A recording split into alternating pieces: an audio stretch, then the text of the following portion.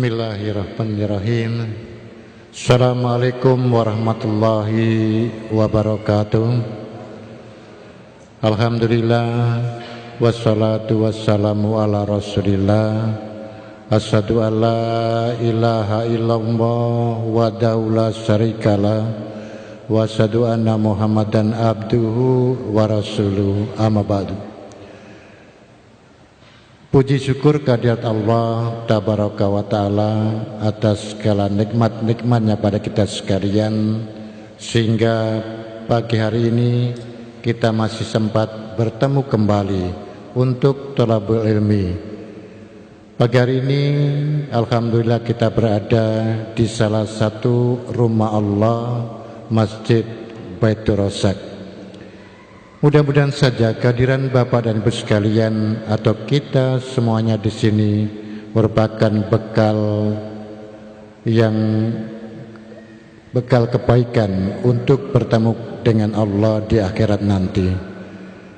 Shalawat dan salam senantiasa tercurahkan pada junjungan kita Rasulullah Sallallahu Alaihi Wasallam, kepada para keluarga beliau, terutama pada istri-istri beliau yang senantiasa setia mendampinginya, Khadijah, Saudah, Aisyah, Hafsah, Ummu Salamah, Zainab binti Usaimah, Zainab binti Yasi, Juwairiyah, Ummu Habibah, Sofia, dan Maimunah, serta para sahabat dan para pengikutnya sampai akhir zaman. Bapak-Ibu sekalian, tidak membuang waktu lebih banyak lagi, insya Allah mudah-mudahan saja Ustadz bisa tampil secara maksimal pada pagi dan siang hari ini. Kepada Ustadz Muhtaram dipersilakan.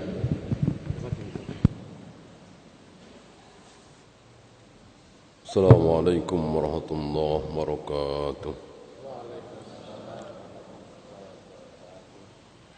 Innal hamdalillah nahmaduhu wa nasta'inuhu wa nastaghfiruh wa na'udzu billahi min shururi anfusina wa min sayyiati a'malina.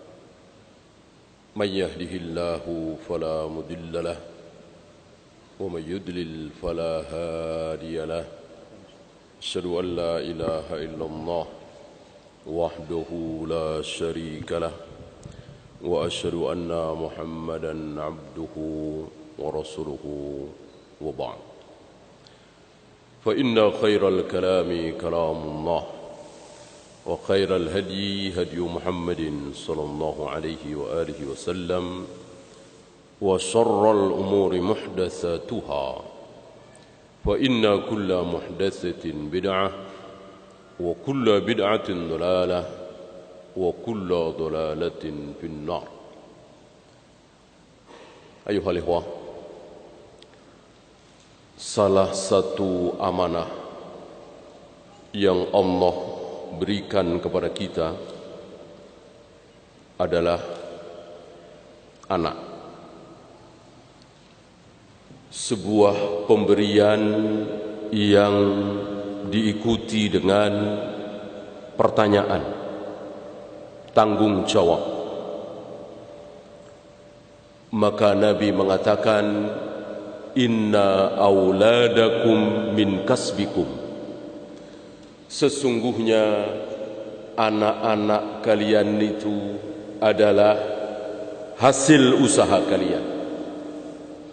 Bal min atyabi kasbikum, bahkan hasil usaha yang terbaik.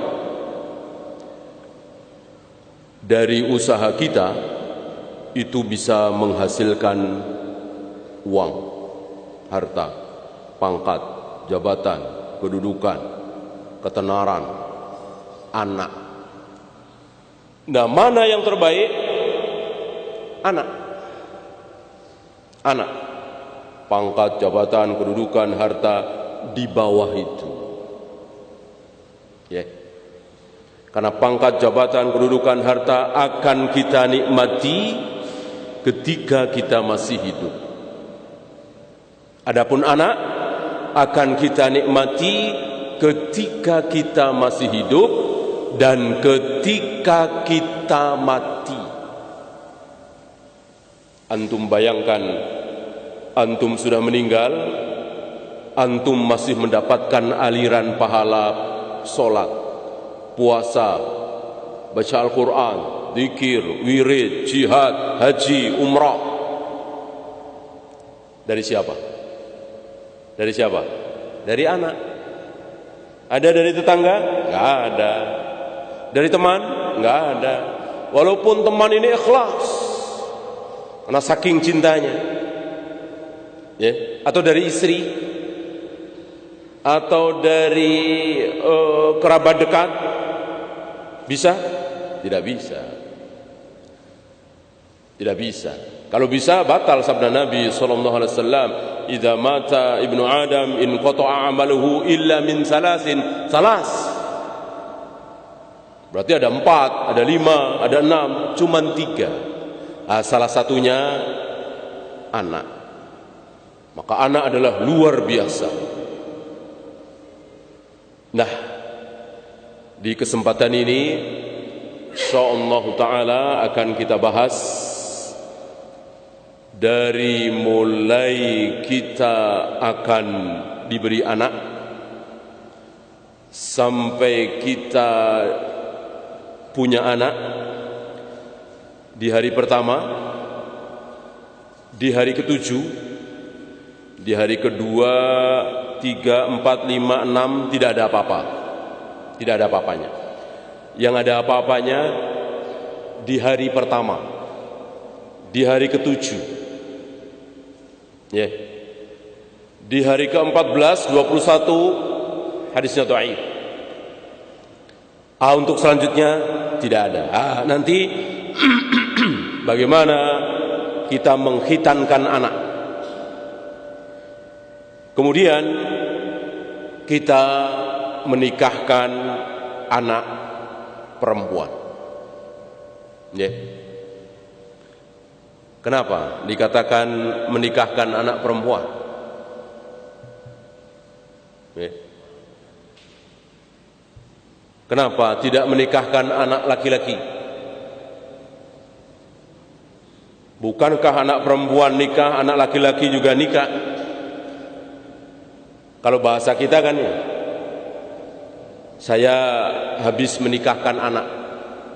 Laki apa perempuan? Laki. Ucapan ini aneh apa tidak? Dalam bahasa kita enggak aneh kan? Bapak habis dari mana? Oh, saya habis menikahkan anak saya. Laki perempuan? Laki. Bahasa kita enggak aneh. Bahasa syar'i, taruhlah bahasa Arab, bahasa Rasul dan para sahabat. Aneh apa tidak? Aneh. Menikahkan kok anak laki-laki? Aneh, sangat aneh. Ya. Menikahkan adalah anak perempuan. Kalau anak laki-laki yang menikahkan siapa? Iya.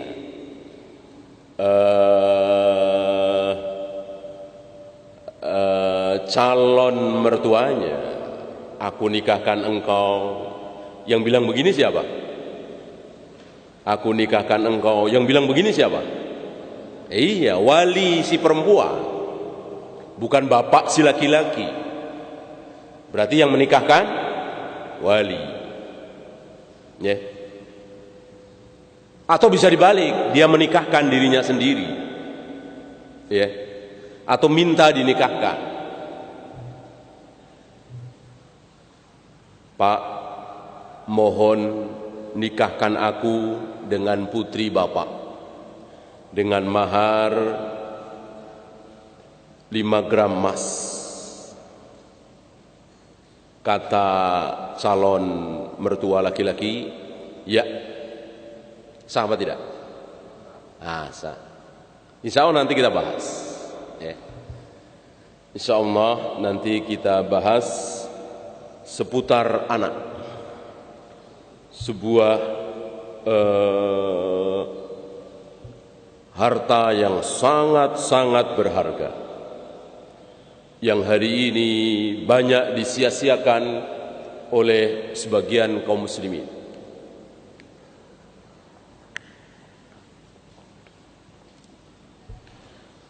Dan kita akan membahas versi Islam syar'i, mengikuti sunnah Nabi. Kita enggak bahas versi Yahudi, Nasrani, Barat, Amerika, Eropa, tidak. Tidak. Karena beda. Bahwa ada yang sama tentang urusan dunia, iya. Tetapi kita tidak mengambil dari mereka. Kita mengambil dari Nabi sallallahu alaihi wasallam. Karena di negeri barat, orang-orang kufar ada ajaran bahwa disuruh marah kepada orang tua yang tidak bertanggung jawab. Misalnya, dulu kita dikasih tahu, dulu kita waktu masih bayi dibuang tempat sampah misalnya. Begitu kita besar, kita dikasih tahu dan semua saksi bukti membuktikan kita dibuang, lalu dipungut orang atau diasuh di panti asuhan. Lalu kita tahu ayah ibu kita yang membuang kita. Ajaran barat apa? Suruh menuntut, balas dendam. Ajaran Islam tidak. Kita diwajibkan mencintai ayah ibu kita, memuliakan ayah ibu kita, mendoakan kebaikan untuk ayah ibu kita, walaupun kita dibuang di tempat sampah misalnya. Ini ajaran Islam. Ya. Kita bisa hidup seperti ini, saya bisa seperti ini, antum bisa seperti itu. Penyebab pertamanya siapa? Siapa? Ayah ibu. Kalau tidak ada ayah ibu, tidak mungkin kita ada. Lihat Islam mengajarkan sesuatu sesuai dengan hakikatnya. Ajaran barat tidak. Disuruh menuntut, balas dendam. Ajaran batil. Ya.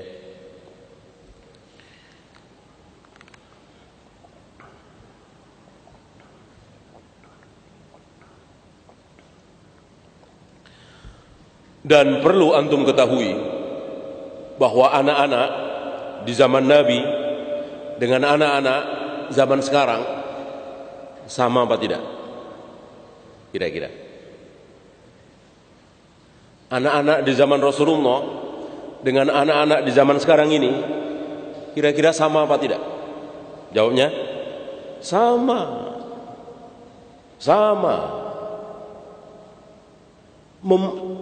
Mempunyai fitrah yang sama, suka mainan, suka bercanda, suka diperhatikan, sama persis. Maka jangan dengarkan orang-orang beda, zaman Nabi beda dengan sekarang. Ya, zaman Nabi begitu usia 5 tahun 6 tahun suruh ngafalin Al-Quran, nggak ada ilmu lain. Sekarang kan perlu matematika, fisika, bahasa Inggris, ya. Lihat, ini subhat. Beda. Zaman Nabi belum ada itu semua. Maka umur 5 tahun, 6 tahun, 7 tahun digeber dengan ayat-ayat Al-Quran. Sekarang beda. Betul? Salah besar. Nggak ada bedanya. Anak-anak bahkan di zaman Nabi Adam, fitrah Allah menciptakan fitrah itu tidak mungkin berubah. Allah menciptakan sunnahnya, sunnatullah tidak berubah.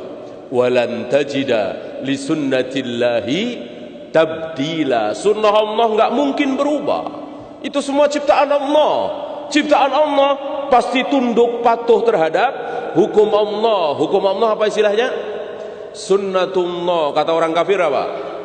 Hukum alam, apalagi insting, apalagi ya.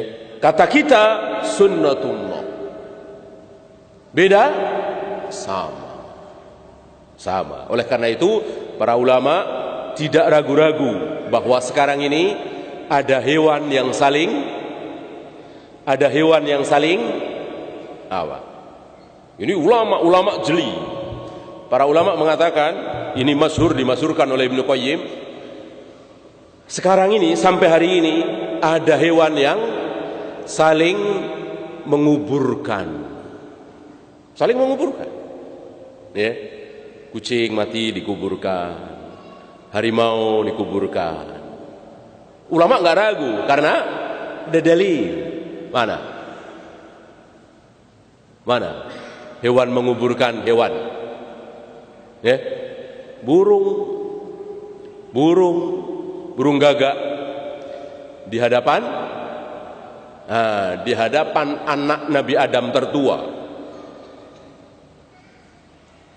yang kebingungan, ini adikku yang aku bunuh ini mau aku apakan, gitu.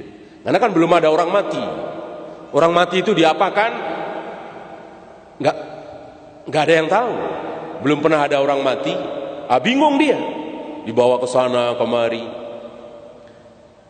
Orang bilang Qabil, Habil, tapi nama ini tidak ada di Al-Quran, tidak ada di hadis sahih, tidak ada. Istilah Qabil, Habil, Israel itu tidak ada di Al-Quran dan hadis sahih. Adanya di mana? Di Taurat dan Injil. Al-Ahdul Qadim, Al-Ahdul Jadid, perjanjian lama, perjanjian baru, ada di situ. Di Al-Quran tidak ada, di hadis tidak ada. Oleh karena itu para ulama enggak suka menyebut Qabil, Habil, Israel, pun tidak menolaknya. Karena apa? Ya siapa tahu benar. Tapi mengucapkan nggak mau, siapa tahu salah. Kan di dalam Taurat dan Injil dibagi 3 ya. Yang pasti benarnya, yang pasti salahnya, yang kita tidak tahu ini benar atau salah. Ya. Nah, ternyata ada seekor burung yang menguburkan temannya sesama burung yang mati, digali, dikuburkan. Ini ditirukan oleh anaknya Nabi Adam yang tertua itu. Ya. Apakah perbuatan burung ini istimewa? Tidak istimewa. Memang begitu adanya. Ini kata para ulama ya. Ini bukan aneh Allah memberikan ilmu khusus kepada burung itu, enggak. Jadi hewan-hewan yang mati itu saling menguburkan. Kecuali yang mati ketabrak, kecelakaan, tenggelam, yang mati karena umur. Ya kan? Para ulama membawa bukti yang mudah. Kucing. Di kiri kanan kita ada berapa kucing? Puluhan, ratusan mungkin. Pernah kita melihat bangkai kucing? Bukan ketabrak ya, bukan keinjek ya, bukan karena mati diracun ya, mati karena tua. Hampir-hampir kita tidak dapati. Para ulama menyimpulkan bahwa kejadian burung itu terus berlangsung sampai hari kiamat, bahwa hewan itu saling menguburkan. Ya. Tidak berubah. Buktinya apa? Kita tidak dapati bangkai kucing, bangkai apa hewan-hewan yang dibiarkan oleh manusia. Gitu. Nah, termasuk psikologi anak, sifat anak nggak berubah. Bohong orang bilang beda zaman Nabi dengan zaman sekarang, beda. Penanganan zaman Nabi dengan sekarang beda, keliru. Barangkali teknis saja. Kalau teknis ya, inti sama. Bagaimana Nabi mentarbiyah anak-anak dengan kita mentarbiyah anak-anak sama. Bagaimana Nabi memperlakukan anak-anak dengan kita memperlakukan anak-anak sama. Jangan beda. Ya. Kalau beda, insya Allah terancam gagal. sebagaimana yang kita saksikan hari ini. Ya.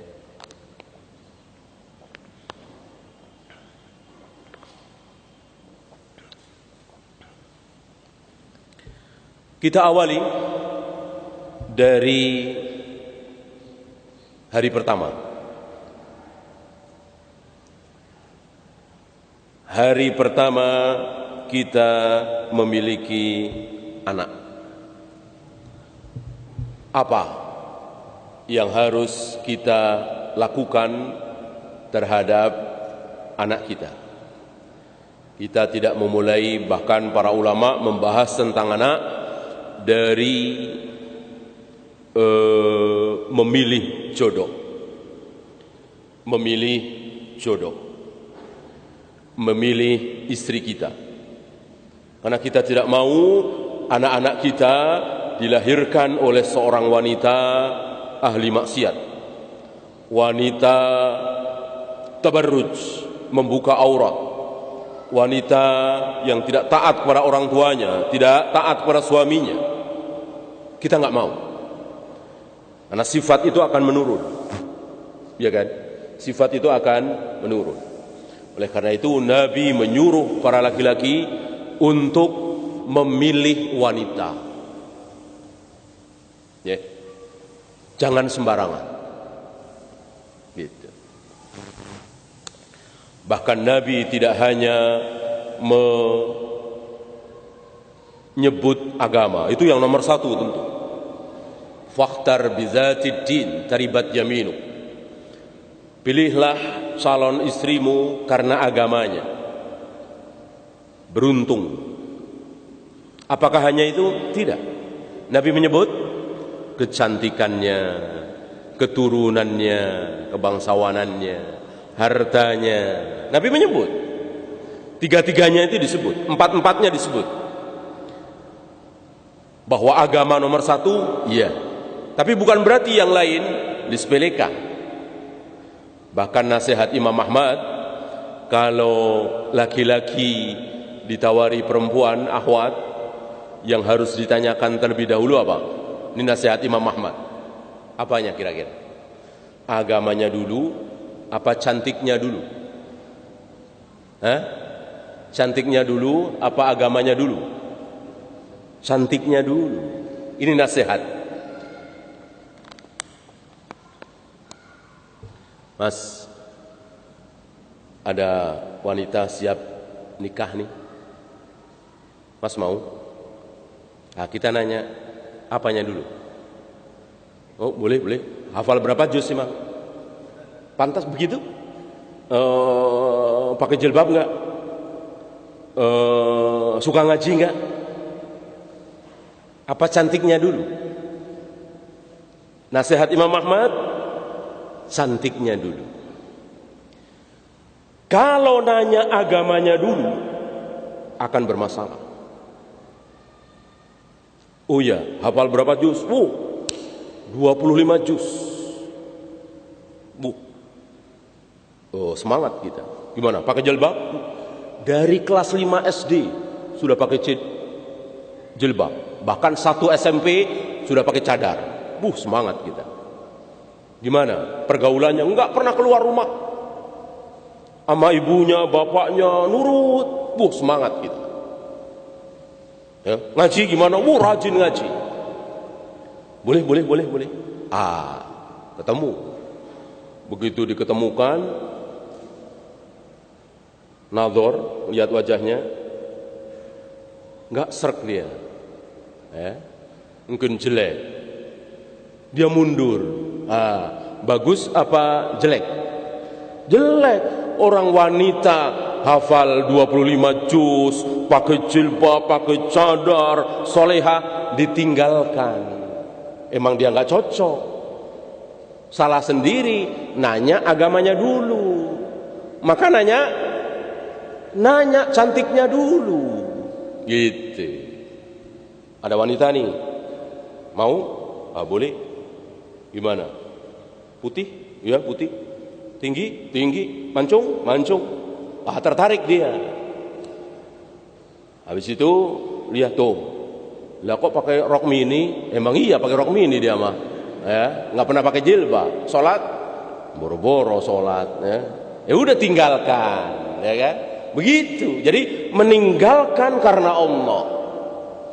Meninggalkan sesuatu karena Allah. Kalau yang tadi meninggalkan sesuatu bukan karena Allah, karena hawa nafsu. Karena apa? Karena salah dalam bertanya. Ya, rupanya butuh ilmu. Ya, ini nasihat dari Imam Ahmad. Tanyakan kecantikannya dulu, bahas fisiknya dulu, jangan bahas agamanya dulu. Setelah fisiknya cocok, baru melangkah selanjutnya agamanya bagaimana. Kalau bagus teruskan, kalau tidak bagus tinggal. Ya, ini seorang alim tahu apa yang kita tidak tahu. Saya kira kita tidak bahas karena insya Allah sudah pada nikah semua antum ya, sudah ya. Kita bahas anak aja, ya.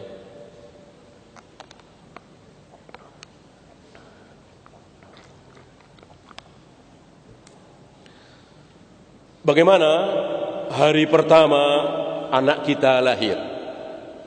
Apa yang pertama kali bisa kita lakukan sesuai sunnah Nabi Sallallahu Alaihi Wasallam? Bukan sesuai kedokteran. Kalau kedokteran ya silahkan tanya ke dokter masing-masing.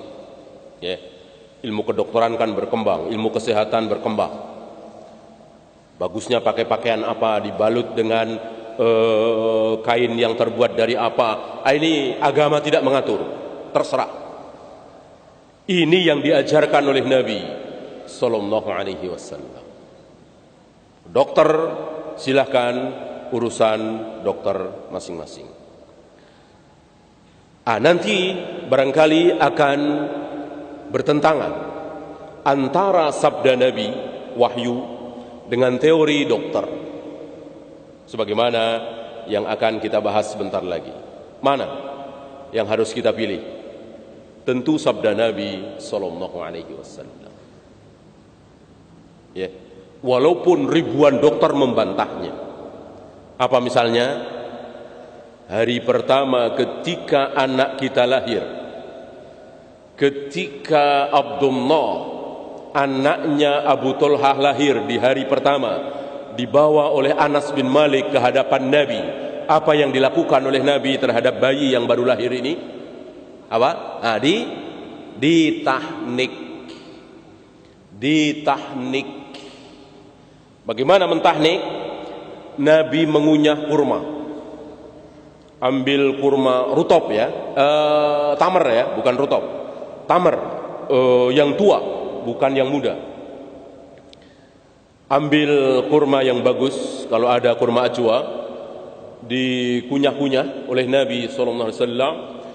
Lalu ludah beliau yang sudah bercampur dengan kurma itu diambil, lalu dioleskan ke mulut bayi.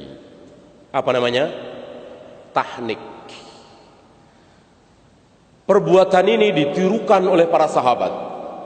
Berarti bukan khususiyah Nabi, bukan kekhususan Nabi. Artinya seluruh kaum muslimin disunahkan mentahnik bayi yang baru lahir. Caranya seperti itu. Nah, silahkan dokter mau bilang apa, terserah. Oh ini berbahaya, oh ini tidak steril, oh ini bisa bawa bibit penyakit, oh ini, terserah. Bagaimana seorang Nabi Sallallahu Alaihi Wasallam yang maksum, dijaga oleh Allah lewat wahyu, dibiarkan berbuat salah? Kalau ludah orang dewasa yang bercampur dengan kurma itu berbahaya dimasukkan ke bayi, tentu Allah sudah larang. Mustahil Allah membiarkan nabinya berbuat sesuatu yang membahayakan bayi. Mustahil, sangat mustahil. Dari sini yakin kita bahwa ini benar, pasti bermanfaat. Tidak ada perbuatan Nabi yang membahayakan. Dari mulai wudu, sholat, tayamum, mandi junub, melempar jumroh, mencium hajar aswad, tidak ada yang membahayakan. Ya, pasti ada manfaatnya, pasti ada hikmahnya. Hanya kadang kita tahu hikmahnya, kadang kita tidak tahu. Hikmah sedekah, antum tahu? Tahu lah. Hikmah cari nafkah, Nabi nyuruh kita cari nafkah kan? Hikmah nikah, hikmah nolong orang, senyum, tahu? Tahu. Hikmah mencium hajar aswad, tahu? Hikmah melempar jumroh, tahu? Tentu nggak tahu. Tapi pasti ada, Allah rahasiakan.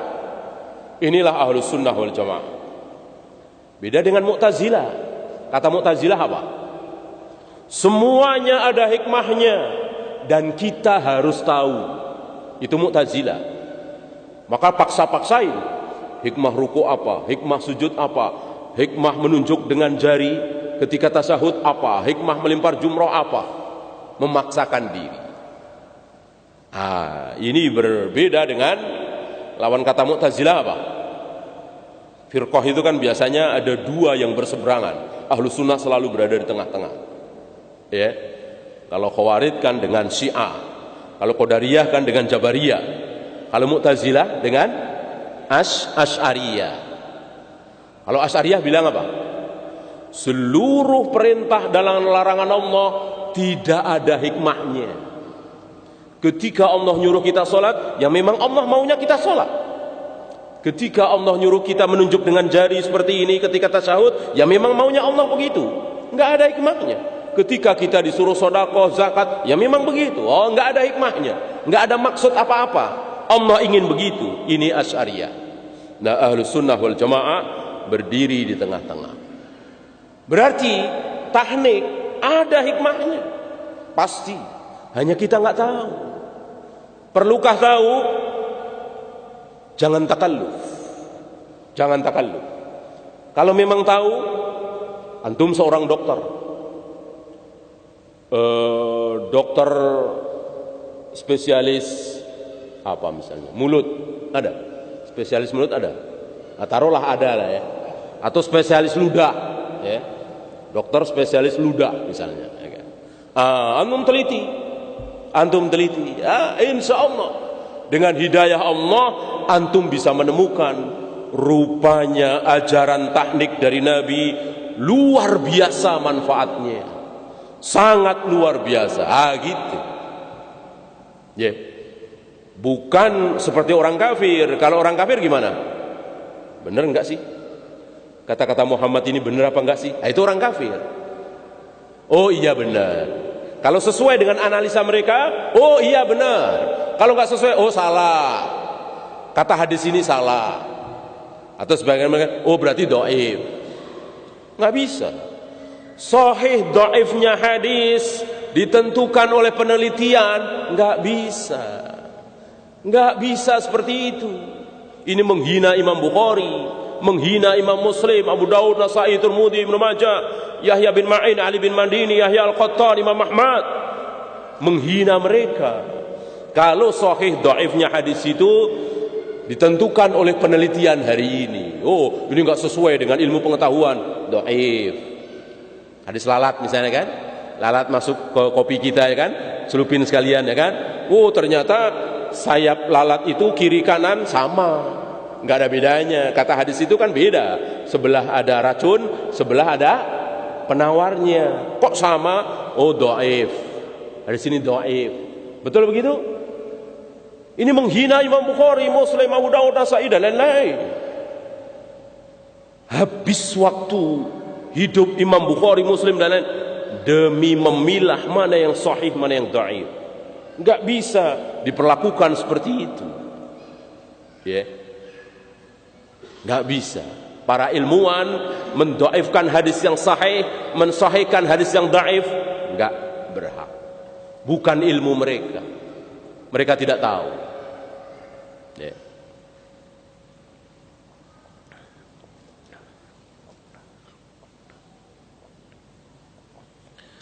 Ini tahnik. Saya kira kita tidak perlu bahas bagaimana kalau tidak ada kurma boleh diganti dengan sesuatu yang lain, saya kira nggak usah kita bahas. Karena apa? Mudah hari ini di Surabaya, di Jakarta, di Bandung, di Indonesia ini mudah untuk mencari kurma. Ya. Kalau memang nggak ada, nggak bisa, bolehlah dibahas. Karena salah satu yang tidak disukai oleh para sahabat, yang tidak disukai oleh para tabi'in, yang tidak disukai oleh para ulama, apa? Membahas sesuatu yang apa? Yang belum kejadian. Para ulama nggak suka, para sahabat, para tabi'in nggak suka. Ada seorang ulama ditanya, ya Syekh, apa hukum begini-begini? Syekh ini balik tanya, apakah sudah terjadi? Kalau belum terjadi nggak mau. Karena ilmu agama ini adalah untuk menyelesaikan masalah, bukan untuk bikin masalah. Maka jika ada metode dalam agama ini kok bikin masalah, tanda-tanda itu batil. Contoh yang lagi marak apa? Ruqyah. Ruqyah di zaman Nabi itu bikin masalah apa menyelesaikan masalah? Menyelesaikan masalah. Ada orang menggigil, panas, demam karena tersengat binatang berbisa, dibacakan di ruqyah dengan Al-Fatihah sekali oleh Abu Sa'id Al-Khudri, sembuh seketika. Ada yang kesurupan di ruqyah, sembuh. Ada masalah, selesai dengan ruqyah. Nah, sekarang ada ruqyah yang bikin masalah. Datang ke tempat dia, segar bugar, nggak kurang satu apa.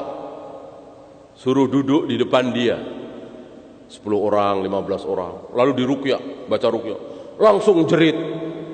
Yang belum, yang gemeteran. Ini menyelesaikan masalah apa bikin masalah? Bikin masalah. Mestinya kan yang tadi gemeteran, begitu di ruqyah hilang gemeternya. Ini enggak, begitu di ruqyah malah gemeteran. Ini ada apa-apanya ini? Ada apa-apanya? Yang meruqyah ini punya? Yang meruqyah ini punya? Dibantu jin. Jin gertak jin. Ya. Enggak Pak, itu kan ada jinnya sebetulnya. Makanya ketika dibacakan ayat Al-Quran gemeteran. Sekarang saya nanya, ada manusia yang enggak ada jinnya? Ada manusia yang enggak ada jinnya? Rasulullah ada korinnya enggak? Rasulullah punya korin. Bagaimana? Antum jangan mau dibodoh-bodohi. Ya. Jadi ruqyah itu, ajaran Islam itu menyelesaikan masalah, bukan bikin masalah. Masa ruqyah bikin masalah? Jangan mau antum. Ya. Sekarang kan lagi ramai, lagi marah. Bercampur antara sunnah dan bid'ah. Mengatasnamakan sunnah, mengatasnamakan salaf. Laris sekarang. Pokoknya sekarang asal disebut salaf, laris. Ya. Atau Ustaz Yazid apa? Sandal jepit, kasih merek salaf, laku, laris, itu sandal jepit. Apalagi ustaz, lebih laku lagi. Ya. Maka hati-hati sekarang, berbaju salaf, padahal bukan. Antum jangan asal-asalan. Pokoknya asal awalnya innal hamdalillah. Nanti ada qulu bid'atin dolalah, bejenggot, celananya cingkrang, udah itu salaf. Enak amat.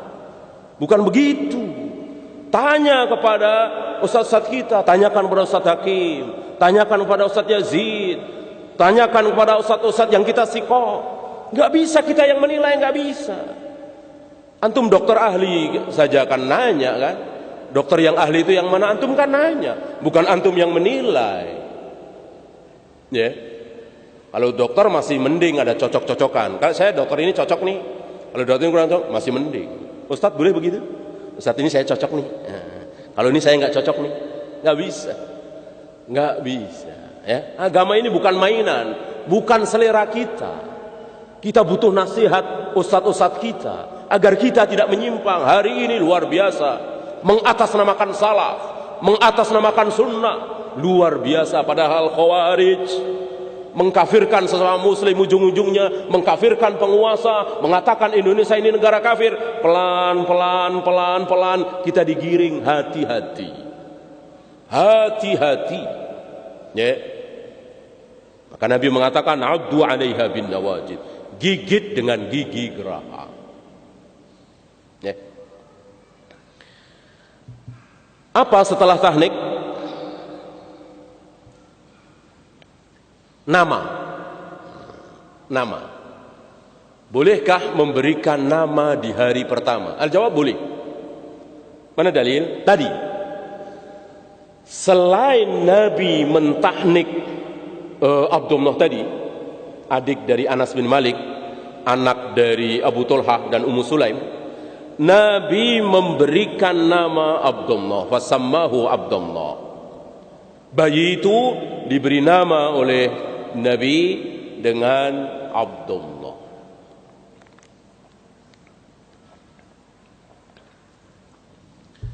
Hari keberapa? Hari pertama. Ini sekaligus membantah sebagian ulama yang mengatakan pemberian nama harus hari ketujuh. Kan ada pendapat seperti itu.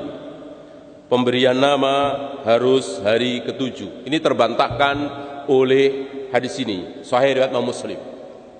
Ya. Bagaimana hari ketujuh? Bisa. Hari ketujuh bisa. Maka para ulama menggabungkan ini. Hari pertama sampai hari ketujuh. Pengumuman nama itu diberitahukan kepada kakaknya, adiknya, tetangganya, bahwa namanya Abdullah misalnya, Abdurrahman misalnya, Abdurrahim misalnya, sebaik-baik nama. Itu di hari pertama sampai hari ketujuh. Jangan melebihi. Gitu. Saya pernah tinggal di satu daerah perkampungan, itu ada yang sebulan, 2 bulan, bahkan setengah tahun lebih belum dapat nama. Jangan sampai seperti itu. Minimal hari ketujuh, maksimal hari ketujuh, minimal hari pertama. Ya. Bagaimana mempersiapkan? Nggak masalah. Bahkan sebelum anak kita lahir, bahkan sebelum istri kita hamil, kita sudah merencanakan nama untuk anak kita yang laki-laki, yang perempuan, tentu nggak masalah. Ya. Hari pertama sampai ketujuh itu memberitahukannya, kan perlu diberitahukan. Ya.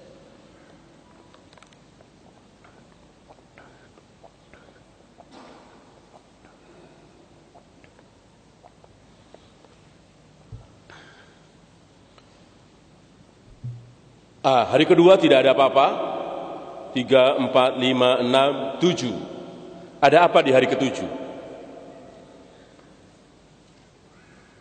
Ada apa? Saya nggak tahu. Iya, akikah. Ya.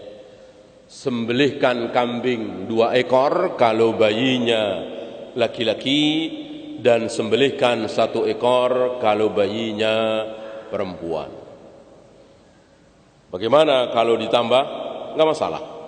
Sudah bukan ibadah mahdhah. Penambahan itu sudah bukan ibadah mahdhah. Ya kan?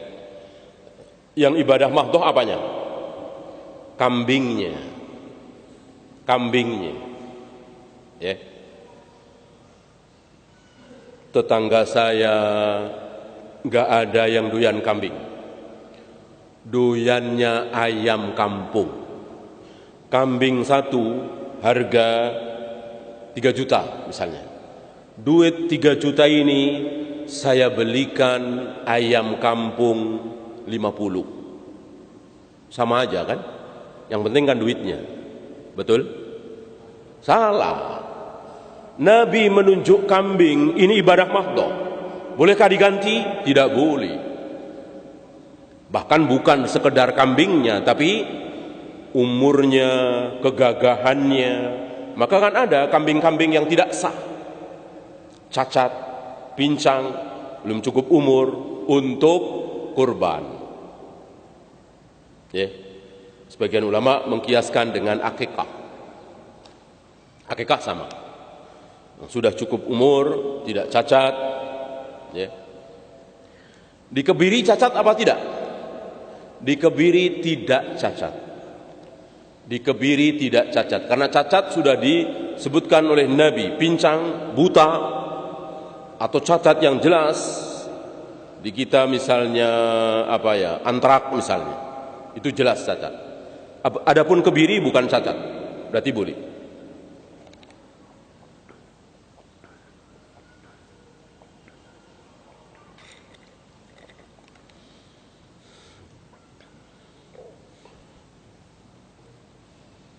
Bagaimana kalau lewat hari ke-7 baru bisa beli kambing? Hari ke-8, hari ke-9 baru bisa beli kambing.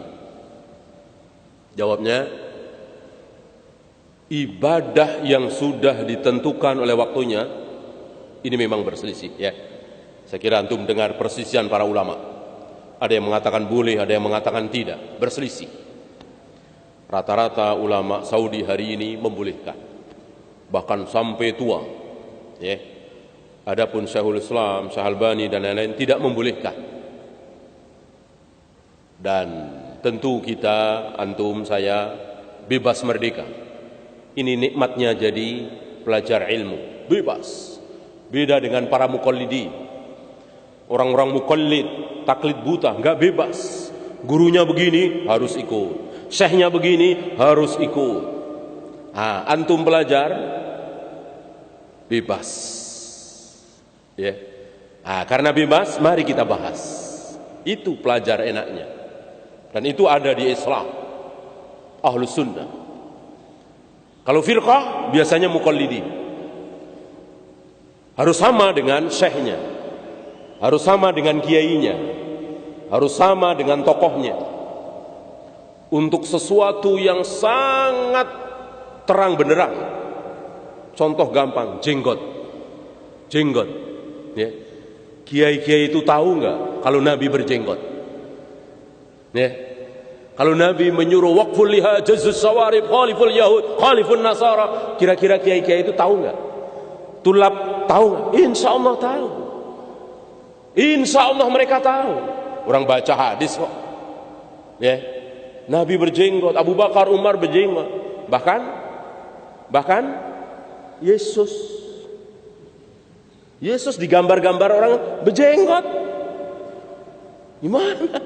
Lihat, sesat itu memang Allah yang menyesatkan. Kan orang Kristen sendiri yang gambar Yesusnya itu jenggot, ada jenggotnya. Kenapa mereka nggak berjenggot? Katanya cinta kepada Yesus. Itulah sesat.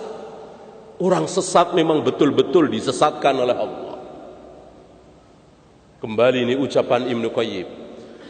Mestinya orang Kristen itu mencintai salib apa membenci salib sih? Mestinya. Ini kata Ibnu Qayyim ya, bukan saya. Mestinya mereka benci sama salib. Orang Tuhannya disalib kan? Oh, mestinya mereka benci. Ini kurang ajar nih salib ini. Diinjak-injak, dibakar mestinya. Kenapa dipuja-puja, dibikin kalung, dipuji-puji? Kan Tuhannya mati gara-gara disalib. Itulah sesat. Maka sesat adalah betul-betul disesatkan oleh Allah. Enggak ada hubungannya cerdas, jenius, ini idiot, enggak ada. Sesat betul-betul disesatkan oleh Allah. Bukan karena bodoh, bukan karena enggak cerdas, bukan karena enggak jenius, enggak. Menurut antum Abu Jahal, Abu Lahab itu jenius apa tidak? Jenius, pintar. Fir'aun pintar apa tidak? Pintar. Tapi disesatkan oleh Allah Rabbul Alamin. Antum tahu Mugis, Bariroh, Ammar bin Yasir, Sumayyah, orang-orang cerdas? Enggak. Orang-orang bangsawan yang memiliki kedudukan tinggi, pintar, jenius? Enggak. Ya bayangkan aja. Tahu ya, Mugis Bariroh tahu ya? Bariroh ini berjalan, diikuti oleh Mugis sambil nangis, ya, mengharapkan Bariroh ini mau kembali kepada dia. Kan mantan istrinya, sama-sama budak. Karena Bariroh ini dimerdekakan oleh Aisyah, maka Bariroh ini berhak memilih mau meneruskan rumah tangga bersama Mugis apa pergi meninggalkan Mugis, bebas. Ini dia pergi meninggalkan Mugis. selalu diikuti oleh mugis sambil nangis. Sampai Nabi nggak tega melihat ini. Ini menunjukkan orang rendah kan? Orang rendah kan? Tapi diberi hidayah oleh Allah, menerima sunnah Nabi, menerima Islam. Sementara Abu Jahal, Abu Lahab, orang tinggi, bangsawan, cerdas, jenius, Allah sesatkan, sesat neraka. Maka jangan kita menyombongkan kecerdasan kita, jeniusan kita, jangan. Sejenius kayak apa, mau IQ-nya 200 sekian di atas rata-rata, Allah sesatkan, sesat. Mau bodoh, kalau Allah kasih hidayah, dapat hidayah petunjuk. Jangan sombong. Ya.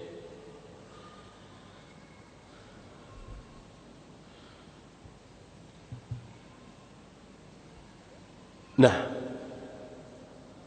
karena ilmu ini tidak jumud, maka layak bagi kita untuk belajar. Dan tidak layak bagi kita untuk malu-malu, takut, nggak enak, sungkan, ewo, pekewo. Ini kan guru saya, masuk saya beda. Ini kan syekh saya, masuk saya beda. Nggak pantas gitu.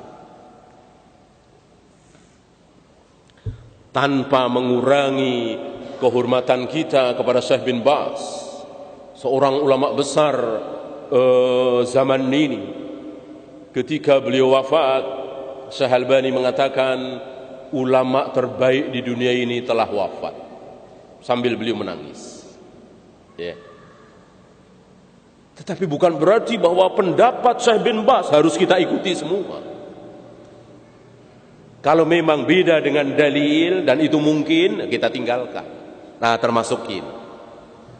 Tanpa mengurangi rasa hormat kita kepada ulama-ulama Hijaz, Syekh bin Baz dan lain-lain, kita bahas sedikit tentang akikah di hari ke-8, 9, 12, 21, 40, setahun, 2 tahun.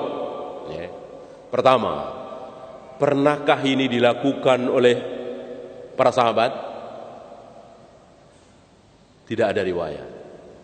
Gitu. Bagaimana Nabi? Ada riwayat. Nabi mengakikahi diri beliau sendiri ketika sudah jadi Nabi. Berarti ada. Hanya sayang riwayat ini diperselisihkan. Artinya tidak sahih, tidak bisa dipakai hujjah. Seandainya riwayat ini sahih, apakah kita langsung ikuti? Nanti dulu. Manusia yang paling semangat mengikuti sunnah Nabi siapa? Sahabat. Abu Bakar, Umar, Utsman, Ali, Zubair, Thalha, Abdurrahman bin Auf, Jubair bin Awam dan lain-lain. Nah, sekarang adakah riwayat sahabat Abu Bakar misalnya mengakikahi diri beliau sendiri ketika sudah dewasa, atau Umar mengakikahi diri beliau sendiri ketika sudah masuk Islam, atau Utsman, atau Ali, atau Zubair, atau Thalha? Jawabnya tidak ada. Kalau ada, silahkan, kan enak kan? Pembahasan hukum asal ibadah itu apa? Hukum asal ibadah itu apa? Terlarang, haram, ini enak. Bagi kita yang tidak mau melakukan ini itu enak. Bukan kita nolak. Mana dalil? Kalau Anda bisa membawakan dalil, Abu Bakar misalnya, atau Abu Hurairah misalnya, atau Anas bin Malik misalnya, mengakikahi diri mereka sendiri ketika sudah dewasa, mana? Saya akan ikuti.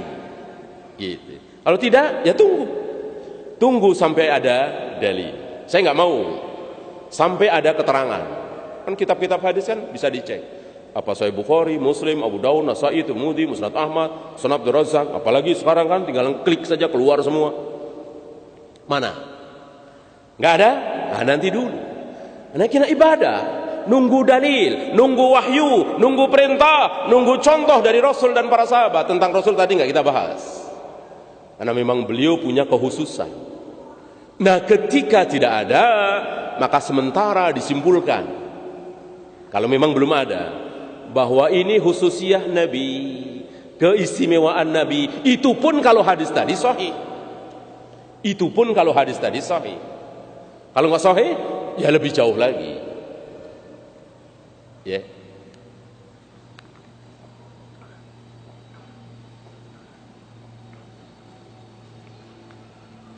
Nggak usah menyalahkan dulu.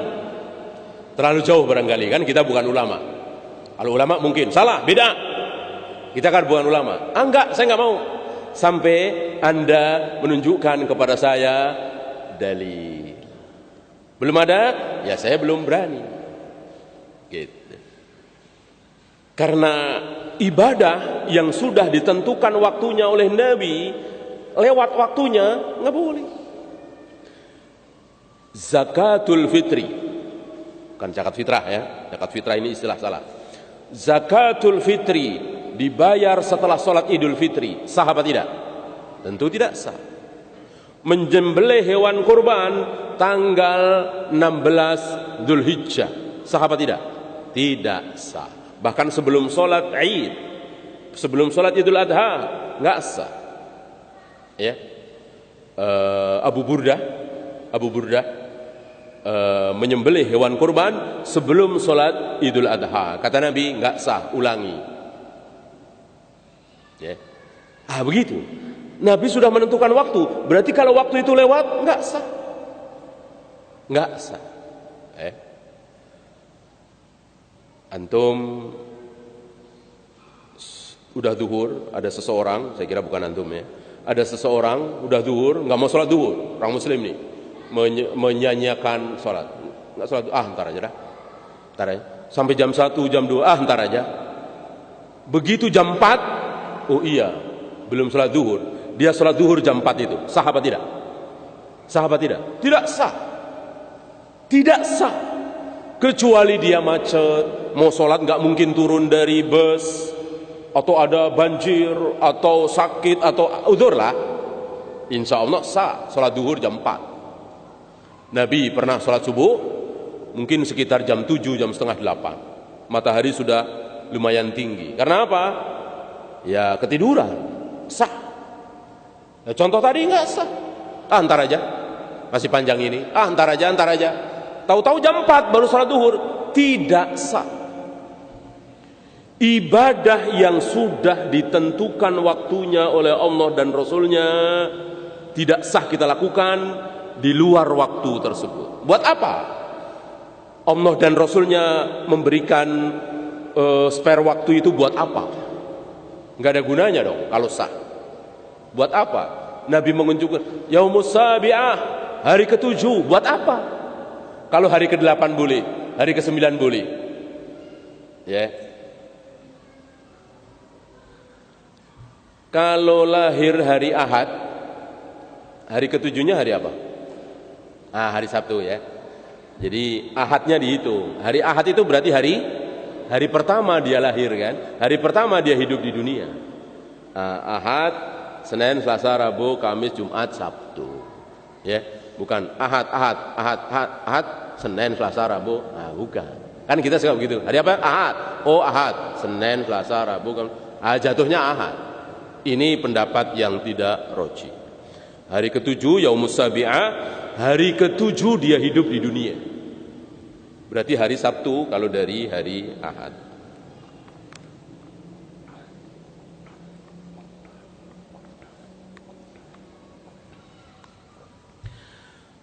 Kita tinggalkan tentang akikah hari ke-7.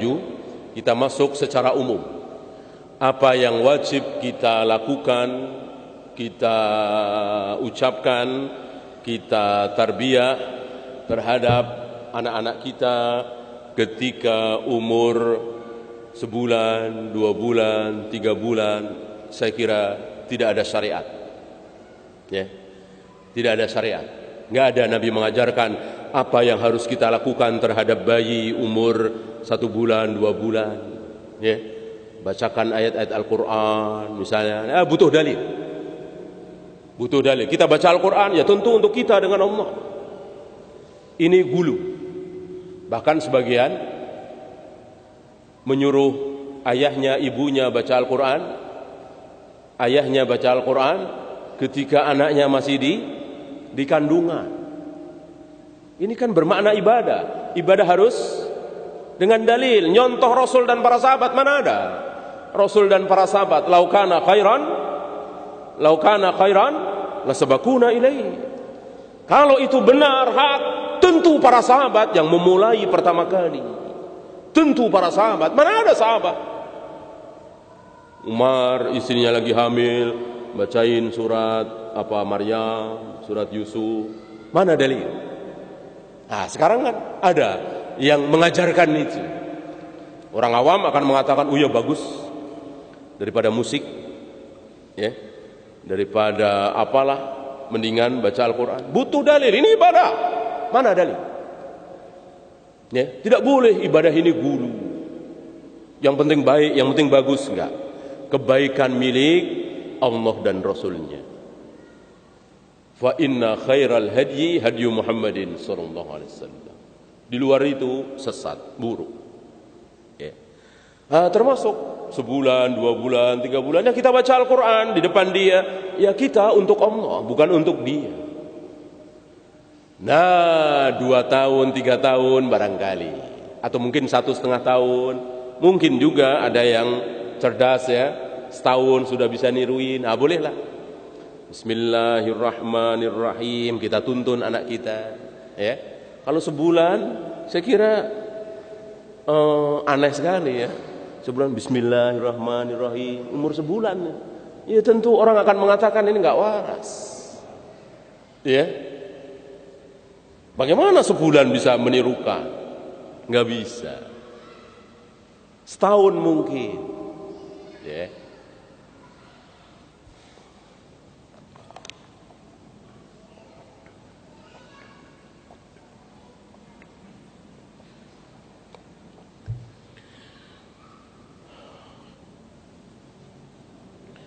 Kemudian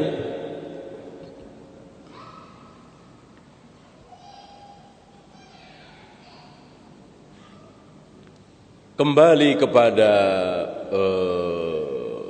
fitrah dasar ya, manusia, anak-anak. Saya teringat dengan kejadian ketika Nabi berkhutbah, khutbah Jumat. Tiba-tiba Hasan mundar-mandir di situ. Cucu beliau, anak dari Ali dan siapa? Fatimah. Terjatuh di situ. Diambil oleh Nabi. Diambil oleh Nabi. Lihat, di tengah-tengah khutbah. Ya. Beliau tidak sanggup menahan diri. Cucu beliau. Ya. Di tengah-tengah khutbah Jumat. Nah, inilah fitrah manusia. Fitrah laki-laki. Ya. Sayang kepada anak, sayang kepada cucu. Ini tidak hilang dari Nabi SAW. Sedang khutbah. Ya, sedang khutbah. Beliau gendong. Mungkin umur 3 tahun, 4 tahun mungkin. Beliau gendong. Sebentar beliau melihat jamaah. Sebentar beliau melihat Hasan, wajah Hasan. Sebentar melihat jamaah. Sebentar melihat Hasan. Lalu beliau mengatakan, anakku ini kelak akan menjadi apa? Menjadi pendamai 2 kelompok kaum muslimin yang berselisih. Ya. Kira-kira 30-an tahun. Ya, atau 31, 32 tahun setelah kejadian ini terjadi. Apa yang disabdakan oleh Nabi sallallahu alaihi wasallam. Ada 2 kelompok kaum muslimin bahkan sempat berperang, berbunuh-bunuhan. 1 kelompok Ali, 1 kelompok Muawiyah. Habis hilang, tidak berselisih lagi, enggak ada jadi kelompok lagi. Setelah Hasan membaiat Muawiyah. Ya, ini pelajaran bagi kita. Ya. Ini Nabi ngomong sekilas. Mungkin nggak sampai 3 menit Nabi bersabda ini. Hukum yang ada di ucapan beliau ini luar biasa, banyak sekali dan besar. Satu, apa? Kalau antum jeli, antum akan bisa mengeluarkan fawaid dari hadis tadi. Satu, cucu termasuk anak. Kan cucu beliau bilang anakku ini, ibni hadha, anakku ini. Ya. Maka cicit anak, anaknya cicit, cucunya cicit, cicitnya cicit, terus ke bawah anak, anak semuanya anak. Artinya kalau cicit kita sholat, kita sudah meninggal, kita ikut dapat pahalanya apa tidak? Dapat apa tidak? Dapat. Ya. Dan begitu pula secara mahram, wali sama. Ya.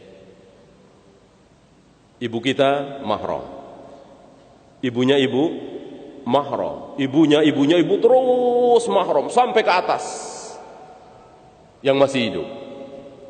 Ya. Dan menyamping, ke atas dan menyamping, tapi tidak ke bawah. Ya.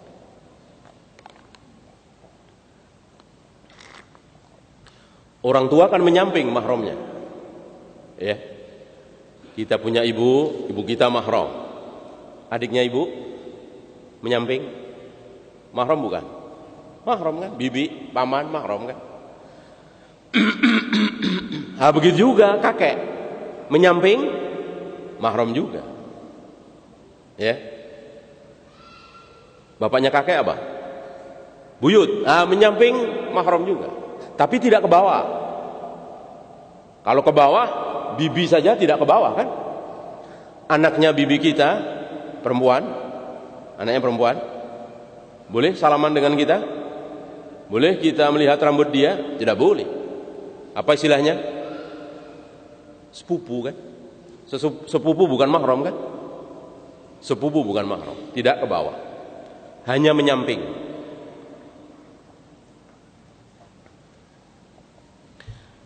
Yang ke bawah apa? Yang ke bawah apa? Saudara. Saudara ke bawah kan? Antum punya saudara, punya abang, abang antum punya anak, mahram bukan sama antum? Mahram. Apa istilahnya? Ponakan. Anak yang ponakan? Iya ke bawah. Cucunya keponakan terus ke bawah. Ya. Jadi rupanya mahram itu pakai kaidah, bukan hanya yang ada di dalam surat An-Nur itu, tetapi lebih dari itu. Intinya orang tua, kakek, buyut menyamping, saudara ke bawah, dan kita ke bawah, jelas semuanya mahram. Ya. Apalagi fitrah seorang manusia tidak hilang dari diri Nabi sallallahu alaihi wasallam. Lihat Nabi sallallahu alaihi wasallam, cinta kepada anak-anak tidak hilang. Beliau cinta. Ya. Bahkan di riwayat lain beliau membawakan ayat bahwa istri dan anak itu menjadi fitnah. Aku terfitnah. Lihat. Aku terfitnah. Ini yang saya maksud di awal tadi. Bahwa perlakuan terhadap anak di zaman Nabi dengan zaman sekarang sampai akhir zaman sama. Tidak ada perbedaan. Ya. Maka Nabi merasa terfitnah oleh anak, apalagi kita. Pasti insya Allah terfitnah. Nah, pandai-pandai kita menyenangkan anak, membahagiakan anak, istri, tentu hukum asal boleh. Dengan cara halal, dengan cara haram jangan. Rasul dan para sahabat menyenangkan anak istri dengan cara halal. Ya.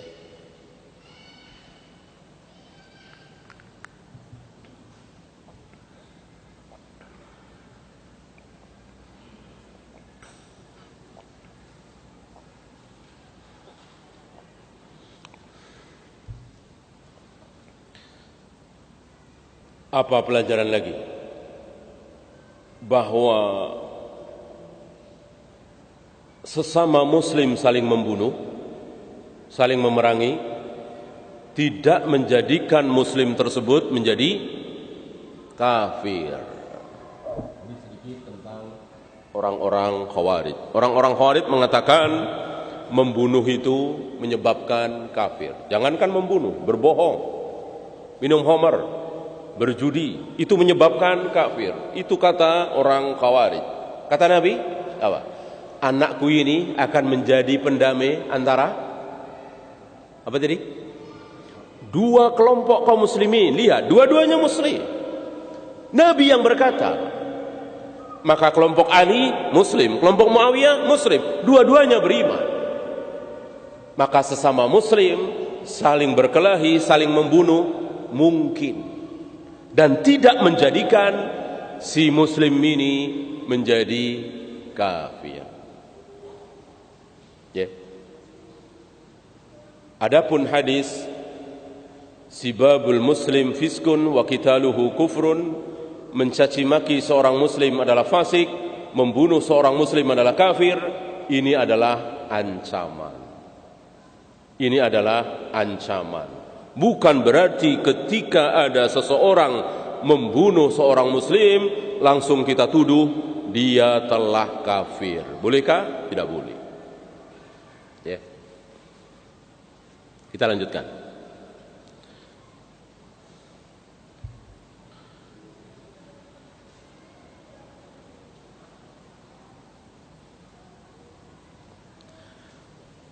Kepada siapa anak itu dinasabkan? Nah, kepada ayahnya. Para ulama membahas kenapa? Bukankah yang melahirkan ibunya? Bukankah dia pernah satu badan dengan ibunya di dalam perutnya? Kan lebih pantas ke ibunya. Kenapa ke ayahnya? Ya, ternyata salah. Kalau ada orang bertanya, anak kita semua ini lebih lama bersama ibu apa bersama ayah? Nah, jawabnya bersama ayah. Sebadannya. Kita sebadan dengan ibu kita berapa lama? 9 bulan kira-kira. Ada yang lebih dikit, ada yang kurang. Kita sebadan dengan ayah kita berapa lama? Nah, dari ayah kita lahir sampai ayah kita mengeluarkan kita menuju rahim ibu kita. Bisa 30 tahun, bisa 35 tahun kita bersama ayah kita, bersebadan satu badan dengan ayah kita. Ya. Karena sebelum ayah kita bertemu dengan ibu kita ada di mana? Di sulbi ayah, bukan di rahim ibu. Apalagi di sulbi ibu, salah. Di rahim ibu cuma 9 bulan tadi. Ya. Oleh karena itu, ketika Allah menunjukkan calon manusia yang akan masuk surga dan yang akan masuk neraka, Allah mengusap punggung siapa? Punggung Adam apa punggung Hawa? Punggung Adam. Karena seluruh manusia ada di punggungnya tulang sulbi Adam. Ada di situ. Ya. Lalu anak pertama itu keluar dari sulbi Adam menuju rahim Hawa. Akhirnya keluar sebagai anak pertama yang orang bilang Qabil itu. Ya. Kemudian masih menurut Israelia ada Halimah, Labuda dan seterusnya. Itu keluar semua. Satu persatu keluar dari sulbi Adam menuju rahim Hawa. Sulbi Adam, rahim Hawa. Begitu juga kita. Ya. Bagaimana ketika bapak kita belum lahir? Ketika bapak kita belum lahir, kita ada di mana?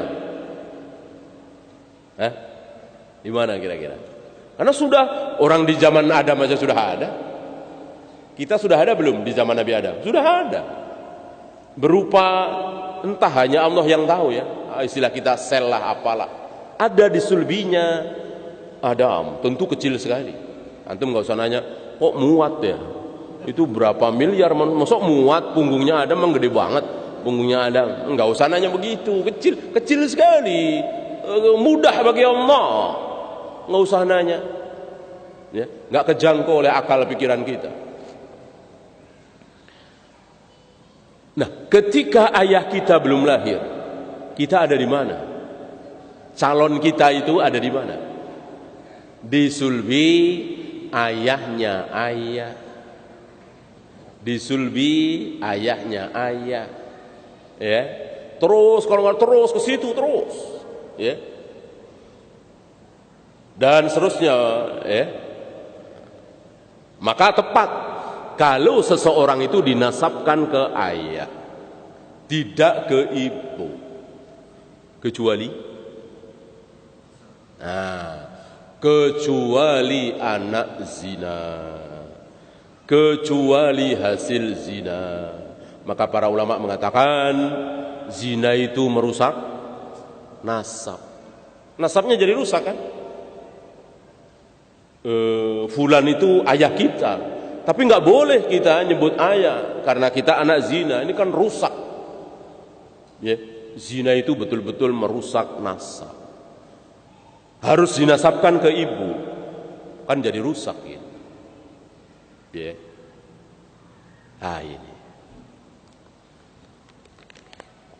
Kalau antum baca hadis-hadis tentang ini luar biasa. Semakin tahu kita betapa Allah luar biasa merencanakan segalanya. Sampai ketika air mani ayah masuk ke rahim ibu, ada siapa di situ? Ada siapa yang menjaga? Malaikat. Rasul menyebut sebagai malaikat penjaga, malaikat penjaga rahim. Dan malaikat itu selalu bertanya kepada Allah, ya Allah, mau dijadikan apa tidak? Air mani yang masuk ke dalam rahim ini mau dijadikan apa tidak? Kalau Allah bilang jadikan, jadi. Kalau Allah bilang jangan jadikan, maka akan dikeluarkan nanti dalam bentuk darah. Darah haid setiap sebulan sekali. Kalau Allah bilang jadikan, jadi. Dan mudah bagi malaikat ini untuk menjadikan air mani ini menjadi janin. Mudah sekali. Enggak ada malaikat, ya Allah susah ya Allah, ada spiralnya. Enggak mungkin. Enggak mungkin. Ada pelindungnya, ada pelapisnya, ada dia minum pil, dia vasektomi, enggak ada. Enggak ada, yakin. Percaya, enggak ada begitu. Mana mungkin rencana Allah batal oleh rencana manusia KB, mana mungkin? Bukan Tuhan kalau begitu Allah. Ya, maka Nabi bilang ketika para sahabat berazal, azal tahu ya. Nabi bilang apa? Tidak akan membatalkan roh yang telah Allah persiapkan. Azal tidak akan membatalkan, termasuk KB. Tidak akan batal. Ada sepasang suami istri, fulan dan fulana. Allah telah merencanakan dia punya anak 7. Allah sudah tulis di Lauh Mahfuz anaknya 7. Kan segala sesuatu sudah Allah tulis. Wa kullu syai'in ahsaynahu fi imamin mubin. Tidak ada yang tidak ditulis oleh Allah. Apapun sudah ditulis oleh Allah. Bahkan saya duduk di sini, saya berapa kali menggerakkan tangan di sini, Allah sudah tulis. Apalagi fulan dan fulana ini menikah, punya anak berapa? 7 misalnya, sudah ditulis oleh Allah punya anak 7. Akhirnya fulan dan fulanah ini habis punya anak KB. KB-nya apa? Vasektomi. Diputus. Enggak punya anak lagi. Akhirnya rencana Allah fulan-fulanah punya anak 7 gagal. Karena fulan dan fulanah KB anaknya cuma 2. Mungkinkah? Enggak mungkin. Bukan Tuhan kalau begitu, Allah. Masa Allah merencanakan sesuatu batal oleh KB? Masa kita ragu dengan sabda Nabi? Azalmu itu tidak akan membatalkan ruh yang telah Allah persiapkan. Nggak akan batal, ya. Maka kalau fulan dan fulanah KB, akhirnya anaknya cuma 2, berarti Allah telah catat di Lauh Mahfuz, memang anaknya cuma 2. Nggak mungkin Allah catat 7 jadi 2, nggak mungkin. Nah ini gunanya percaya dengan takdir, beriman dengan takdir, ya, dan seterusnya. Iya, masih ada beberapa poin, saya kira baru sedikit ya poin yang kita bahas karena kita belum sampai ke dewasa, pernikahan dan seterusnya. Ya, insya Allah yang sedikit ini bermanfaat. Kita lanjutkan dengan soal jawab karena nanti sore masih ada jadwal, jadi mungkin tidak bisa sampai zuhur. Ini dulu, ya.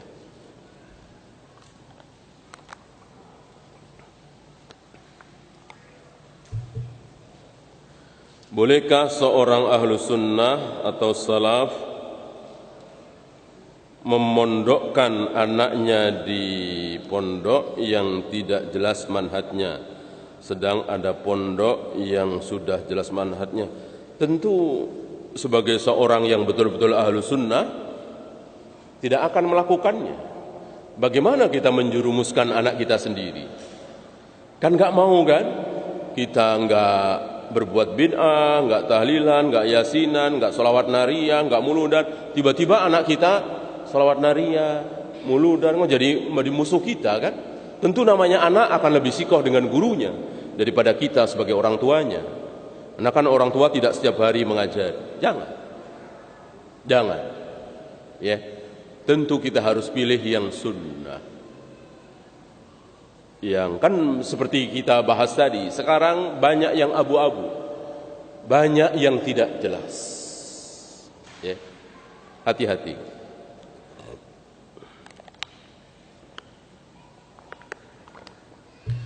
Ustaz, bagaimana dengan sunnah mencukur rambut anak? Bagaimana tata caranya terkait keadaan anak antara hari ke-1 hingga ke-7 kelahiran?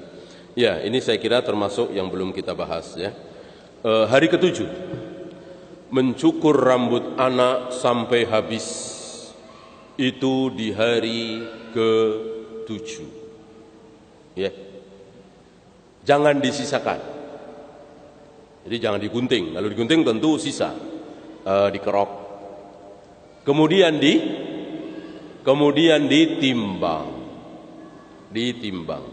Misalnya ditimbang ada 1 gram, maka sedekah uang seharga 1 gram perak. 1 gram perak berapa? 40.000. Sedekah 40.000. Ya. Dilebihkan boleh. Ini termasuk hari ke-7. Selain pemberian nama tadi dan akikah. Dan akikah tadi penyembelihan ya. Kalau antum dengar kata akikah, kurban, itu isinya adalah penyembelihan, mengalirkan darah kambing itu, bukan makan kambingnya, bukan. Itu bukan acara akikah. Maka boleh hari ke-8, hari ke-9, hari ke-10, silakan.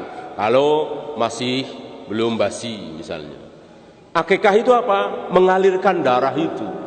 Yang harus hari ke-7 itu mengalirkan darah kambing itu. Bukan makannya sekali lagi, atau membagikannya. Bagaimana hukum jika bekerja di bank konvensional atau syariah namun di bagian posisi unit supporting, pemeliharaan, memantau keprimaan mesin ATM, semuanya, mau sampai tukang bersih-bersih, semuanya haram. Wala ta'awanu 'alal itsmi wal udwan. jangan kalian bertolong-tolongan dalam hal maksiat. Ini riba maksiat. Dan bukan sepele maksiatnya.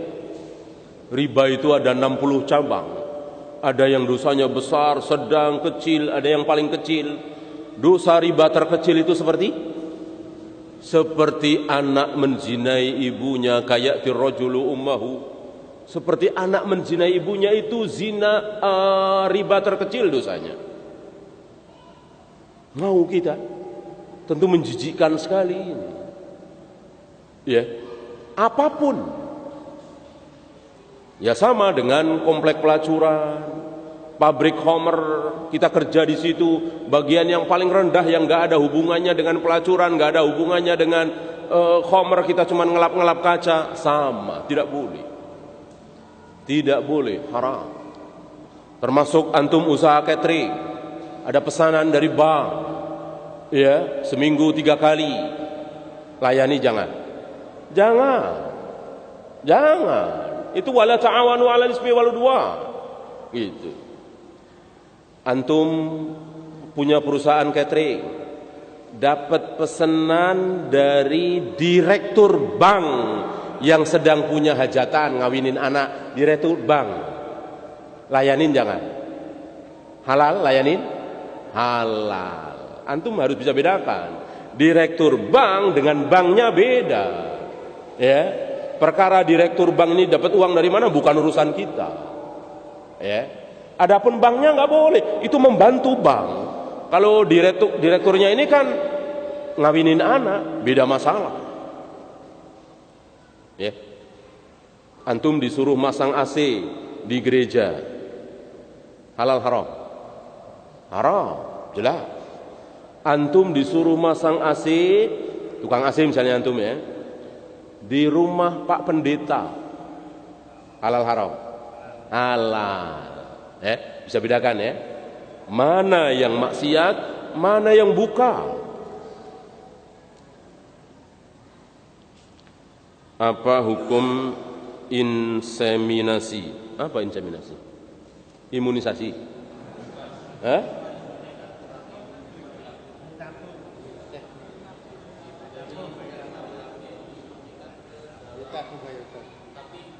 Disuntikan. Ngapain disuntikan? Suntik aja sendiri. Tujuannya?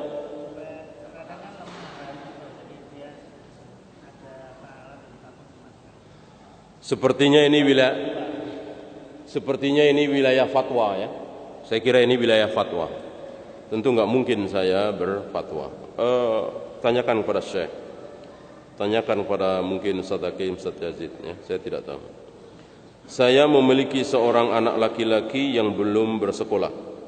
Saya pernah mendengar seorang ahli psikologi berkata anak laki-laki harus dekat dengan ayahnya. Qadarullah, suami saya walaupun soleh di masa lalunya pernah punya kecenderungan gay. Apa yang harus kami lakukan? Ini tidak boleh putus asa ya. Tidak boleh putus asa. Artinya orang yang pernah berbuat maksiat bukan berarti bahwa dia akan terus maksiat, tidak. Apalagi sudah ngaji, apalagi belajar ya, maka tidak boleh putus asa. Nah, ketika sudah bertaubat ya tentu tidak boleh dicurigai. Ya, tidak boleh dicurigai.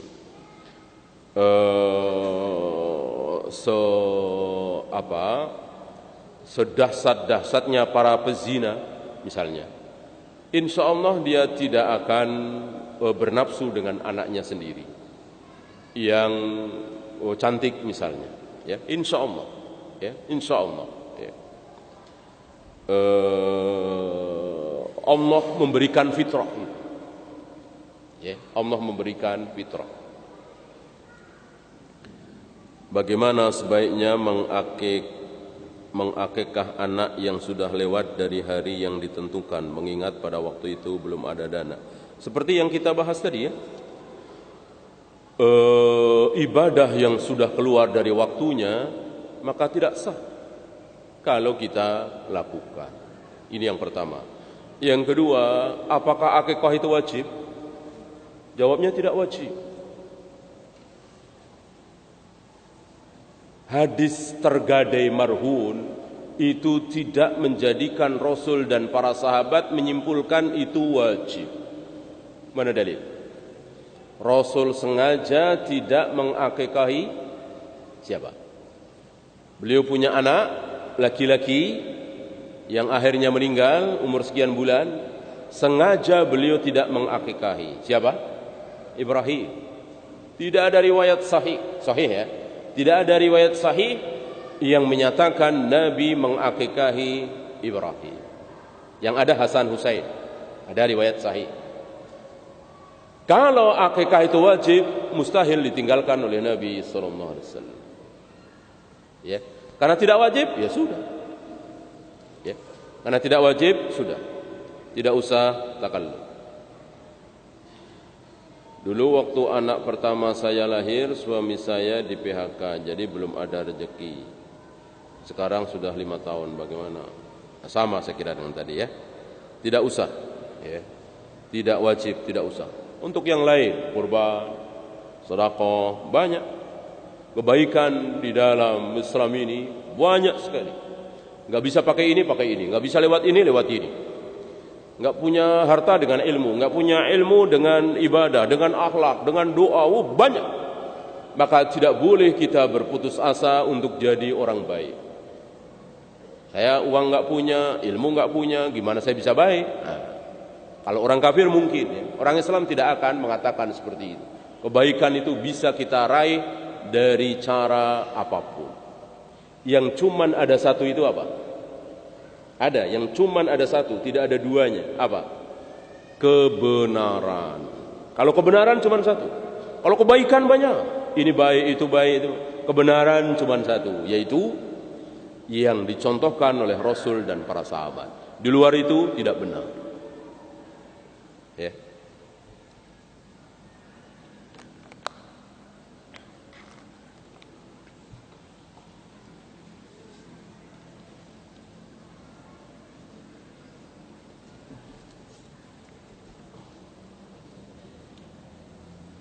Bagaimana hukum anak adopsi karena masih usia sekolah, namanya diberi bin orang tua angkatnya, apakah itu boleh? Jangan ya, jangan. Kecuali darurat untuk bisa diterima di sekolah dan seterusnya, itu sekedar tulisan, kan disimpan, akte dan segala macam disimpan. Tetangga kita, saudara-saudara kita, teman-teman kita harus tahu bahwa itu bukan anak kita. Itu anak si fulan dan fulana. Dan harus dinasabkan ke fulan itu. Tidak boleh dinasabkan ke kita. Alangkah baiknya jangan memanggil, jangan diajari manggil ayah, ibu, papa, mama, abi, umi, jangan. Mungkin tante atau om atau bibi, ya, atau paman, agar terlatih dari kecil. Kasihan dong. Justru sebaliknya, kasihan kalau dia sudah 25 tahun misalnya baru tahu, kasihan sekali, kaget sekali, menderita sekali. Mendingan dari kecil, paman ya, sama bibi ya. Ini bibi kamu, paman kamu, ya. Bukan ayah kamu, gitu. Bukan ya, sedih, ntar main lagi, ketawa lagi, namanya anak-anak, ya kan? Kalau umur 25 tahun, 30 tahun baru dikasih tahu, kasihan, kaget. Dan biasanya apa? Biasanya marah biasanya. Orang dibohongi bertahun-tahun kan nggak enak, marah. Biasanya marah. Lalu bikin ulah ini itu banyak terjadi. Maka ajari dari kecil memanggil paman, bibi, jangan ayah, ibu, ya, agar terbiasa. Jika seorang laki-laki menikah pernikahan pertama dengan seorang wanita menghasilkan anak zina, lalu menikah dengan wanita kedua menghasilkan anak yang bukan zina, bolehkah jika istri kedua tidak memperkenalkan anaknya tersebut dengan anak zina tersebut? Tentang memperkenalkan sih enggak. enggak jadi hukum ya. Cuman sekedar memperkenalkan. Intinya bahwa anak zina tidak boleh dinasabkan ke ayahnya. Dan nanti akan merembet kepada waris, akan merembet pula kepada perwalian. Kalau anaknya ini perempuan nanti besar mau menikah, yang menikahkan ayah zinanya tadi sah apa tidak? Tidak sah, karena bukan ayahnya secara hukum. Maka Imam Syafi'i menyebut sebagai bapak mani, ayah mani, abul mani. Ya. Ini bahayanya zina. Maka ini sebarkan kepada kaum muslimin, terutama kepada para remaja, agar mereka semakin jauh dari zina. Karena buntutnya panjang sekali dan buruk itu. Bagaimana ada seorang ayah meninggal, dia yang menyebabkan si fulan ini lahir, dia meninggal, anaknya ini nggak dapat waris. Kan buruk sekali ini.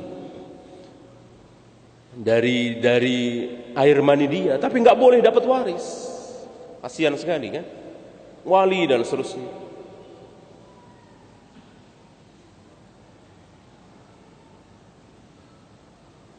Bagi anak zina, bagaimana akikahnya? Nggak ada hubungan, nggak ada hubungannya. Ya. Yang berdosa kan ayah ibunya, anaknya tidak berdosa. Maka diakikahi, dicukur rambutnya, diberi nama dengan nama yang bagus, nama para nabi, para rasul, para sahabat, ya. Dan nanti besar jadi ulama, mungkin enggak? Anak zina nanti besar jadi ulama, mungkin apa mustahil? Mungkin, tidak mustahil. Yang salahkan ayah ibunya pun bisa bertaubat. Ayah ibunya yang berzina ini mungkin nanti masuk surga, tidak masuk neraka, mungkin. Semuanya mungkin. Maka tidak boleh kita menjelek-jelekkan. Allah Maha Pengampun. Ya. Bagaimana hukum vaksin dalam Islam? Apakah ini termasuk hak anak yang harus ditunaikan? Tidak. Tidak. Kalau mengikuti kaidah dalam Islam tidak boleh membikin anak itu mudarat. Sekarang begini. Anak-anak yang lahir normal, Allah lahirkan secara normal, kira-kira sempurna apa tidak? Ciptaan Allah dari anak-anak ini kira-kira sudah sempurna apa belum? Jawabnya sudah. Sudah. Apakah di dalam tubuh anak ini ada zat yang bisa menangkal penyakit? Ada. Ada, Allah ciptakan. Dan saya kira semua dokter tahu bahwa di tubuh kita ini kan ada antibodi masing-masing, ya kan? Apakah itu enggak cukup? Cukup. Kalau diberi lagi biar lebih kuat. Mungkin kuat di situ tapi lemah di sini. Gitu. Kan Allah Maha tahu. Allah Maha tahu, kecuali ngobatin. Ini anak enggak normal. Lihat, ada dingin dikit dia sakit. Ada panas dikit dia sakit. Enggak normal, butuh obat. Silahkan. Ini anak normal, lahir normal, nggak ada kelainan. Kok dimasukin racun, dimasukin penyakit? Secara kaidah nggak masuk. Kaidah syar'i nggak masuk. Dan kaidah kedokteran kan tidak dilihat di dunia ini. Imunisasi itu apa ada di Amerika, di Jepang, Inggris, Perancis? Ya, katanya nggak ada ini. Kenapa di negeri-negeri muslim? Nah, ini tambah curiga gitu kan? Nah, secara kaidah syar'i, kalau nggak usah lihat sono lihat sini, kaidah syar'i sajalah, mestinya nggak mau. Karena apa? Karena anak itu, manusia itu dilahirkan oleh Allah sempurna. Ya, kecuali jelas cacatnya, dan itu kan 1-2. Enggak kan semuanya diimunisasi. Saya seorang istri beranak 2 bekerja di bank syariah. Bagaimana hukumnya, boleh atau tidak sesuai syariah? Kalau harus keluar saya bersedia karena Allah. Saya kira bukan 1-2 orang yang mengatakan bahwa bank syariah sekarang ini bedanya dengan bank konvensional, bedanya adalah namanya ya di Arab-Arabin, ya kan?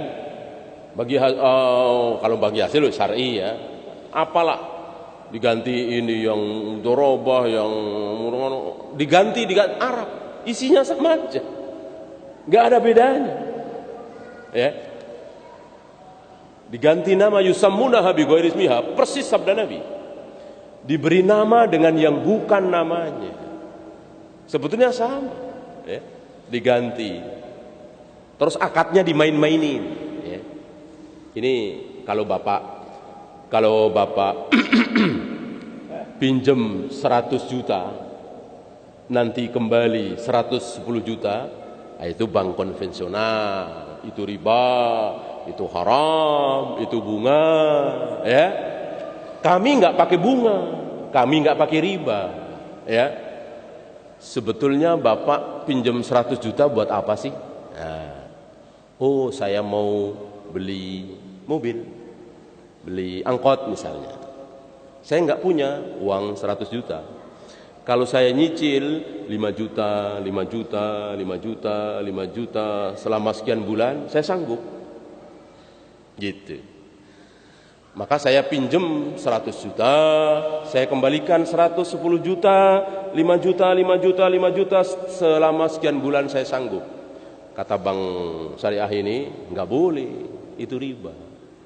Biar nggak riba begini, Bapak mau beli angkot kan? Angkotnya yang mana? Mobilnya yang mana? Itu tuh. Nah, mobil kami beli dulu Pak ya. Nah, mobil itu kan harganya 1 juta di dealer bekas misalnya ya. Saya beli dulu, kami beli dulu 100 juta. Nanti kalau kami sudah memiliki mobil itu, kami jual ke Bapak. Berapa? 110 juta. Bapak bayarnya nyicil ke kami 5 juta, 5 juta, 5 juta selama sekian bulan. Sama apa beda? Beda apa sama? Apa bedanya? Apa bedanya? Lu beda lah. Apa bedanya? Sama. Kalau bahasa mudahnya, bahasa pasarannya, pinjem 100 juta, balikin 110 juta buat beli mobil. Diputar-putar itu. Biar jadi halal, diputar-putar. Ini kelakuan siapa? Perbuatan siapa? Apa istilahnya? Putar-putar begini. Hilah. Hilah itu perbuatan siapa? Hilah itu yang pertama kali mencontohkan hilah itu siapa? Yahudi. Oleh Nabi Musa dilarang cari ikan di hari Sabtu. Mereka nggak cari ikan, mancing enggak, nyerok enggak, nanggok enggak, ya, tapi naruh jala di situ, perangkap. Gitu. Udah itu pergi, itu seharian hari Sabtu nggak ke situ, ya. Tapi ikan masuk ke perangkap, itu Yahudi itu. Ya, saya nggak cari ikan, saya cuma naruh doang situ. Itu Yahudi. Lihai untuk mensiasati hukum Allah. Ini persis sabda Nabi bahwa umatku nanti sejengkal demi sejengkal, sehasta demi sehasta akan mengikuti Yahudi. Ini terbukti, ya, seolah jadi syariat. Kalau antum masih melihat bahwa ini enggak sama, itu beda, bolehlah antum pakai dalil yang lain. Apa? Nabi melarang Bilal menjual sesuatu yang apa? Yang belum dimiliki. Bilal dilarang, la tabi' ma laisa indak. Bilal, jangan engkau menjual sesuatu yang belum engkau miliki. Kan Bilal ada orang butuh ini, butuh itu, mana saya carikan, dijual gitu. Padahal barang masih di pasar, dilarang oleh Nabi. Ini sama, itu mobil punya siapa? Punya dealer kan, bukan punya bank. Bukan punya bank. Kenapa sudah akad? Kan tadi akad. Nanti saya beli ya Pak ya. Kalau sudah saya beli, Bapak beli ke saya ya. Apa kalau bukan akad itu? Oh ya, tanda tangan. Apa kalau bukan akad? Padahal mobil masih di dealer. Kalau mau halal, iya beli dulu itu. Beli dulu itu mobil 100 juta oleh bank. Sudah beli, sudah milik bank. Kata bank, alhamdulillah Pak, mobil sudah di tangan kami. Silahkan, kalau Bapak mau beli 110 juta, Bapak boleh nyicil. Kata Bapak tadi, maaf saya berubah pikiran, saya nggak jadi beli. Boleh marah nggak banknya? Banknya boleh marah nggak? Kalau banknya marah, berarti sudah akad. Di situ letaknya. Bank nggak boleh marah, orang belum akad. Ya, maaf saya berubah pikiran. Ini bank ini, kalau bank itu mau halal, bank harus punya barang, punya produk, punya sesuatu yang ini enggak. Takut, ini Yahudi takut. Maka jangan takut. Bank punya dealer, bank punya perumahan, bank punya ini dijual ke masyarakat, tentu halal. Ini sayangnya bank-bank ini penakut. Enggak berani punya barang, beraninya mainin uang. Bagaimana 1 miliar bisa 1,5, bagaimana 2 miliar jadi 3 miliar tanpa jual beli. Ini. Maka nasihat saya, keluar karena Allah. Apa jaminan dari Nabi? Man taraka syai'an lillah awadahullahu lahu khairan minhu. Barang siapa yang meninggalkan sesuatu karena Allah, maka Allah akan ganti yang jauh lebih baik, insya Allah. Ya, mohon maaf saya mungkin tidak bisa sampai zuhur karena masih ada jadwal lain. Mudah-mudahan bermanfaat. Yang benar dari Allah, yang salah dari saya. Kita tutup. Subhanakallahumma bihamdika asyhadu an la ilaha illa anta astaghfiruka wa atubu ilaik. Assalamualaikum warahmatullahi wabarakatuh. Assalamualaikum.